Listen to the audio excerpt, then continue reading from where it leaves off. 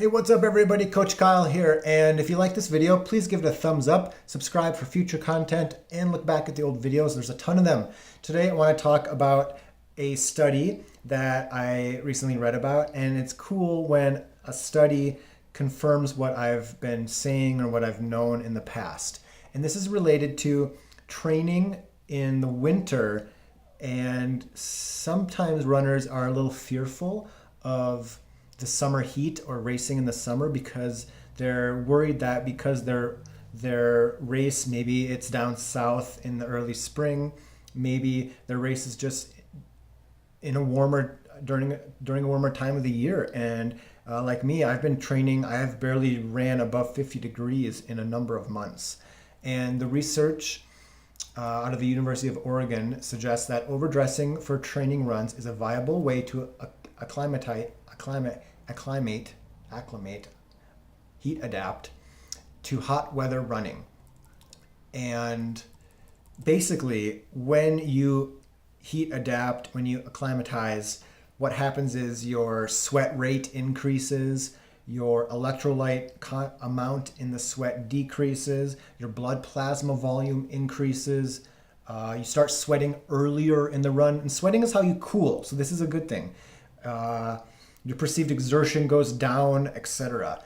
And what these researchers found was that overdressing can trigger the same heat adaptations as running in the heat does.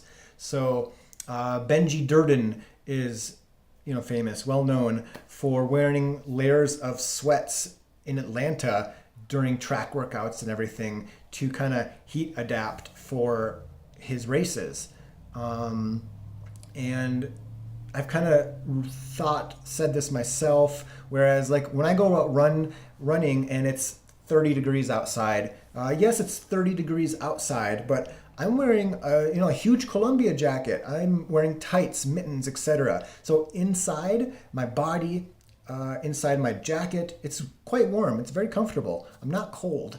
I'm sweating. Like I've sweat through my Columbia jacket before. So even though it's cold outside, my body is still experiencing heat and warmth. So you're still preparing, you're still going to be okay for running in the heat, even though you're training in the cold.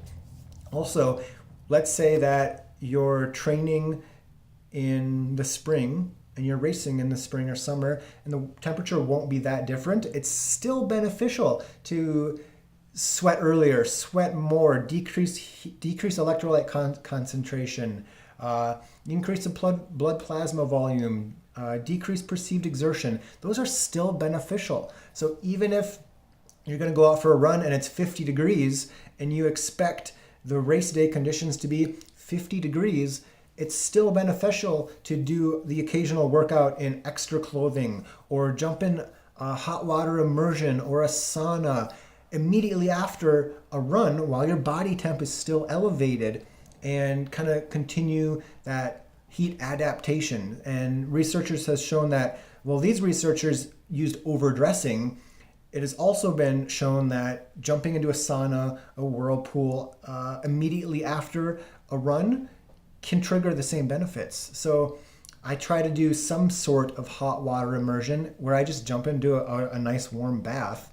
I try to do that at least once a week, and it feels good to do that. So use heat adaptation as an excuse to lay in a nice warm bath for a half hour every week. So that's what I got. You keep running, I'll keep coaching.